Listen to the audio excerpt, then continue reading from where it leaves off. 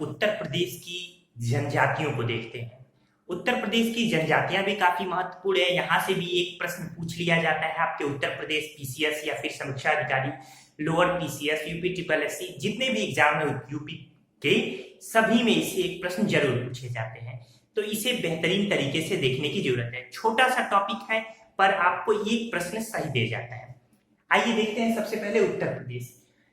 भारत की कुल जनजातियों में जो कुल अनुसूचित जनजातियां हैं, एसटी हैं, शेड्यूल्ड ट्राइब्स हैं, उनमें 1.09% उत्तर प्रदेश में है। तो भारत की कुल जनजातियों का कितना प्रतिशत उत्तर प्रदेश में है? तो 1.09%, याद रहेगा। इसके अलावा उत्तर प्रदेश की कुल जनसंख्या का 0.6% अनुसूचित जनजाति है। ये उत्तर प्रदेश की कुल जनसंख्या का, नोट कर लीजिए। पहला प्रश्न, भारत की कुल अनुसूचित जनजाति का कितना प्रतिशत उत्तर प्रदेश में है? तो ये 1.09%। दूसरा, कि उत्तर प्रदेश की कुल जनसंख्या का कितना प्रतिशत अनुसूचित जनजाति है? तो 0.6%। ये 2011 की जनगणना के अनुसार है, क्योंकि 2021 में जो जनगणना होने वाली थी वो अपने समय पर अभी 20 में नहीं हो पाई है। हर प्रत्येक 10 वर्ष पर जनगणना होती है, आप ये जानते हैं। क्यों? क्योंकि कोरोना काल के कारण इस बार की जो 2021 में जो पब्लिश होने वाली थी, यानी 20 की जो जनगणना नियत समय पे थी, उसे पोस्टपोन्ड यानी थोड़ा आगे टाल दिया गया है। आइए अब देखते हैं यहाँ पे कि 2003 से पहले एक बात यहाँ जानने योग्य है कि सन 2000 में उत्तर प्रदेश से उत्तराखंड अलग हुआ। कुछ जनजातियां जो हैं वो उत्तराखंड की मुख्य रूप से बन गई। उससे पहले 1967 के 1967 के राष्ट्रपति के अनुसूचित जनजाति संविधान आदेश के अनुसार, क्योंकि राष्ट्रपति को यह अधिकार है, तो इस तरीके से आदेश के अनुसार उत्तर प्रदेश में 5 जनजातियां थी। कौन कौन से? एक भोटिया, एक बुक्सा, जौनसारी, राजी और थारू। इस 1967 में ये राष्ट्रपति का आदेश आया। इस राष्ट्रपति के आदेश के अनुसार, लेकिन सन 2000 में अब उत्तर प्रदेश का बंटवारा हुआ, उत्तराखंड एक अलग राज्य बना और 2003 में 10 और जनजातियों को शामिल किया गया। लेकिन सन 2003 से पहले, सन 2000 से लेके 2003 के बीच उत्तर प्रदेश में मुख्य रूप से 2 जनजातियां ही रह गई। कौन कौन सी? थारू और बुक्सा। ये जो जौनसारी है, भोटिया है और राजी है, ये मुख्य रूप से उत्तराखंड की जनजाति बन गई। इसके अलावा 2003 के पहले थारू और बुक्सा जनजाति अनुसूचित जनजाति की श्रेणी में सूचीबद्ध थी। 2003 में 10 और जनजातियों को जोड़ा गया। यहाँ से प्रश्न पूछे जाते हैं कि कौन सी जनजाति किस क्षेत्र की है, मैचिंग में आता है।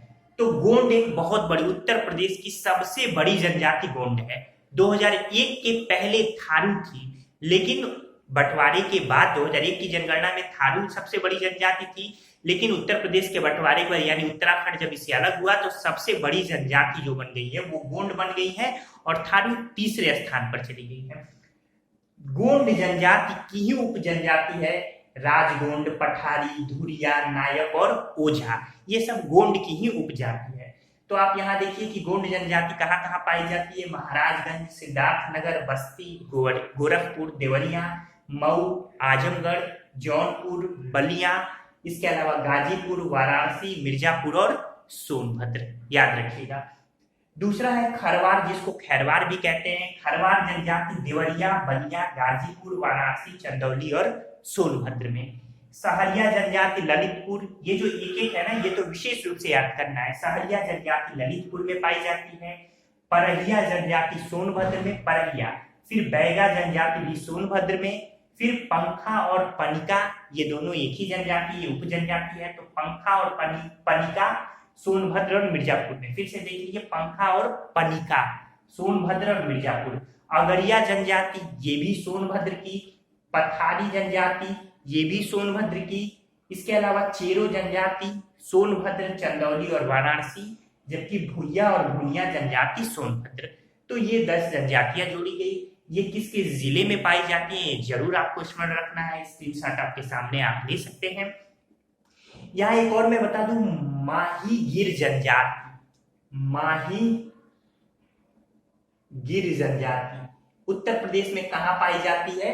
तो ये बिजनौर में पाई जाती है। ये इस्लाम धर्म को मानने वाली जनजाति है। बाकी सभी जनजातियां कहीं ना कहीं हिंदू धर्म को मानती हैं। तो इस तरीके से माहीगीर जनजाति याद रखिए इस्लाम धर्म को मानती है, जो कि बिजनौर जिले में पाई जाती है। आइए आगे देखते हैं, कुछ प्रमुख जनजातियों के बारे में देख लेते हैं। उससे पहले मैं बता दूं कि उत्तर प्रदेश में सर्वाधिक अनुसूचित जनजाति वाला जिला सोनभद्र, ये सब पूछे जाते हैं, नोट डाउन करते रहिए। उत्तर प्रदेश में सबसे कम अनुसूचित जनजाति वाला जिला बागपत। प्रदेश में सर्वाधिक जनजाति वाली अनुसूचित जनजाति यानी सर्वाधिक जनसंख्या वाली अनुसूचित जनजाति, सबसे ज्यादा किस अनुसूचित जनजाति की संख्या है उत्तर प्रदेश में?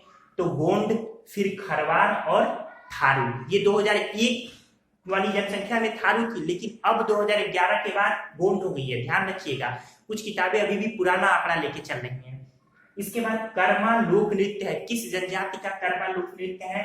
तो ये आपने खरवार जो जनजाति देखा, इसी खरवार जनजाति का लोक नृत्य है कर्मा। फिर थारू विकास परियोजना कब शुरू हुई थी उत्तर प्रदेश सरकार द्वारा? 2 अक्टूबर 1980 में शुरू हुई थी। ये फैक्ट आपने नोट कर लिया। एक दो और फैक्ट, उत्तर प्रदेश का वह जिला जहां एक भी जनजाति नहीं पाई जाती, जालौन और अयोध्या, जो कि पहले फैजाबाद के नाम से जाना जाता था, याद रहेगा, जालौन और अयोध्या। थारू जनजाति के लोग, ये थारू जनजाति पे मैं जब चर्चा करूंगा तो उसके पहले इसमें ये बताऊंगा, फिर भी सुन लीजिए। थारू जनजाति के लोग दोपहर के भोजन के लिए मिझनी और शाम के भोजन के लिए बेरी शब्द का प्रयोग करते हैं। आइए देखते हैं थारू जनजाति। थारू जनजाति उत्तर प्रदेश की तीसरी बड़ी जनजाति है। यह गोरखपुर के तराई भागों, इसके अलावा महाराजगंज, सिद्धार्थनगर, श्रावस्ती, लखीमपुर और बहराइच में पाई जाती है। किरात वंश से पूछा जाता है प्रश्न, थारू जनजाति किस वंश से खुद को संबद्ध रखते हैं? तो किरात वंश से। एक और प्रश्न पूछा जाता है कि किस जनजाति में बदला विवाह प्रचलित है? बदला यानी जैसे एक घर में लड़का गया तो उस घर की लड़की दूसरे घर में आ गई, तो लड़के लड़की के एक्सचेंज की ये जो प्रथा है, तो ये थारू जनजाति में। ये प्रश्न महत्वपूर्ण है। इसके बाद से थारू जनजाति के लोग छोटे कद के, चौड़े मुख के और पीले रंग के होते हैं। भोजन, इनका प्रमुख भोजन चावल है। धान की खेती भी ये बहुत ज्यादा लेवल पे करते हैं। सुअर व मुर्गी पालन भी ये करते हैं। मांसाहार ज्यादा पसंद करते हैं। मद्यपान यानी मदिरा पान भी ये ज्यादा मात्रा में किया करते हैं। संयुक्त परिवार की थारू जनजाति में प्रथा है। एक बात याद रखिए कि विवाह के लिए वर पक्ष कन्या पक्ष में जाता है। ये हिंदू धर्म को ही मानते हैं, लेकिन जैसे आम धारणा है ना कि कन्या पक्ष वर पक्ष के घर जाता है अपनी लड़की का शादी विवाह खोजने, लेकिन इसमें उल्टा होता है। इसमें वर पक्ष कन्या पक्ष के घर जाता है और विवाह एक बिचौलिया यानी मध्यस्थता के द्वारा, एक बिचौलिया होते हैं, उन्हीं के द्वारा विवाह तय होता है। जब विवाह तय हो जाता है तो उसे एक विशिष्ट नाम दिया जाता है, पक्की पोढ़ी। याद रहेगा, विवाह तय होने के बाद उसे पक्की पोढ़ी नाम दिया जाता है। इसके बाद इसमें विधवा विवाह का भी प्रचलन है। विधवा विवाह में जब भोज दिया जाता है तो उस भोज को लठभरवा भोज के नाम से जाना जाता है थारू जनजाति में। ये प्रश्न भी ठीक ठाक है। इसके बाद हिंदुओं के सभी त्योहार ये जनजाति मनाती है, थारू जनजाति। थारू जनजाति की स्त्रियां टोना करने में काफी दक्ष होती हैं। इसके अलावा दीपावली को शोक के रूप में मनाती हैं। पूछा जाता है कि कौन सी जनजाति दीपावली को शोक के रूप में मनाती है? तो थारू जनजाति। दीपावली के दिन ये एक दूसरे को उपहार देते हैं। इस उपहार को रोटी नाम दिया जाता है, यानी वो जो शब्द इस्तेमाल करते हैं इस उपहार को आदान प्रदान के लिए, इसे रोटी कहते हैं। इसके बाद से है ये बजहर त्योहार नामक त्योहार मनाते हैं, जो कि वैशाख या ज्येष्ठ के दिनों में मनाया जाता है। आप जानते हैं हिंदी के 12 महीने, चैत्र, वैशाख, ज्येष्ठ, आषाढ़, ये सब जानते होंगे। इसके बाद लखीमपुर खीरी में थारू जनजाति की शिक्षा हेतु एक महाविद्यालय की स्थापना की गई है, जहां पे थारू जनजाति के लड़के लड़कियां पढ़ते हैं और उच्च शिक्षा प्राप्त कर यहाँ पे बड़े अच्छे अच्छे सरकारी और अन्य विभागों में नौकरी प्राप्त करते हैं। इस तरीके से ये थारू जनजाति के बारे में पूरा विवरण रहा।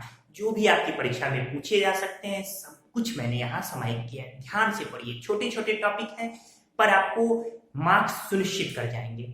इसके बाद देख लेते हैं बुक्सा या भोक्सा जनजाति। बुक्सा जनजाति वैसे तो मुख्य रूप से बिजनौर में पाई जाती है, पर यह जनजाति आगरा में भी मिलती है। प्रश्न पूछता है निम्नलिखित में बुक्सा या बुक्सा जनजाति कहाँ पाई जाती है, तो बिजनौर और आगरा। पतवार राजपूत घराने से ये खुद को संबद्ध रखते हैं, किससे, पतवार राजपूत घराना। बंदर गाय व मोर का मांस पूरी तरीके से इनमें वर्जित होता है। ये भी मक्के की रोटी, चावल वगैरह के शौकीन है। मांसाहार ये ज्यादा पसंद करते हैं, मछली खाना ज्यादा पसंद करते हैं बुक्सा जनजाति के लोग। अनुलोम प्रतिलोम और अंतरजातीय विवाह की प्रथा है। एक बात ध्यान रखिए, बड़ा महत्वपूर्ण प्रश्न है कि किस जनजाति में हिंदुओं जैसी वर्ण व्यवस्था चलती है, तो बुक्सा जनजाति में। जैसे बुक्सा ब्राह्मण, फिर क्षत्रिय बुक्सा, फिर अहिर बुक्सा, नाई बुक्सा, तो बुक्सा ब्राह्मण जो है वो सबसे सर्वश्रेष्ठ है। तो इस तरीके से ये इसमें प्रथा चलती है। ये प्रश्न काफी महत्वपूर्ण है कि किस जनजाति में हिंदुओं जैसी वर्ण व्यवस्था चलती है। याद रखिएगा कि बुक्सा जनजाति में। यही कारण है कि इसमें अनुलोम विवाह, प्रतिलोम विवाह और अंतरजातीय विवाह भी प्रचलित है। अनुलोम प्रतिलोम आप जानते हैं, अनुलोम विवाह जब एक उच्च वर्ग का पुरुष निम्न वर्ग की स्त्री से विवाह करता है तो इसे अनुलोम विवाह कहा गया है। जब एक निम्न उच्च वर्ग की स्त्री निम्न वर्ग के पुरुष से विवाह करती है तो इसे प्रतिलोम विवाह कहते हैं। और अंतरजातीय यानी इंटरकास्ट मैरिज। बहुपत्नी व विधवा विवाह की प्रथा प्रचलित है बुक्सा जनजाति में। याद रखिएगा, पूछा जाता है कि बहुपत्नी प्रथा किसमें प्रचलित है। यहाँ एक और प्रश्न मैं बता दूं कि पूछा जाता है बहुपति विवाह किस जनजाति में प्रचलित है, तो जौनसारी जनजाति। याद रखिएगा, बहुपति प्रथा। इसी तरीके से बहुपत्नी बुक्सा। ये जो जौनसारी है ना, ये पुरुष प्रधान समाज है, ये संयुक्त परिवार। जितने भी ये जो भी अनुसूचित जनजातियां है ना, ज्यादातर ये संयुक्त परिवार में ही रहना पसंद करती हैं। अब चूंकि इनके सामने, खासकर बुक्सा जनजाति के सामने थोड़ी समस्या ये खड़ी हो गई कि ये लकड़ी वगैरह से अपना जीवन यापन करते थे। अब लकड़ी वगैरह जो काटना था और उन्हें जो भी था, यानी किसी प्रकार की जो वन की गतिविधियां, इन पर सरकार ने रोक लगा दी। तो इन्हें यहाँ तक कि भिक्षाटन तक करके अपना पेट पालना पड़ रहा है बुक्सा जनजाति। हालांकि धीरे धीरे इनकी जो स्थिति, आर्थिक स्थिति, उसमें सुधार हो रहा है। सरकार भी इसके लिए प्रयास कर रही है। काशीपुर की चामुंडा देवी बुक्सा जनजाति की सबसे बड़ी देवी मानी जाती है। इसके अलावा लक्ष्मी देवी, इसके अलावा दुर्गा देवी, फिर कृष्ण, राधा, इन सब की भी पूजा ये लोग करते हैं। तो इस तरीके से उत्तर प्रदेश की जनजातियों के बारे में जितनी भी संभावित कॉन्सेप्ट और प्रश्न हो सकते थे, सब मैंने आपको दिए। इसे ध्यान से पढ़िए, नोट्स बनाइए, एक बार और स्क्रीनशॉट ले लीजिए अगर पूरा चाहते हैं तो ध्यान से पढ़िए, नोट्स बनाइए और अपनी परीक्षा में अपने मार्क्स को सुनिश्चित कीजिए।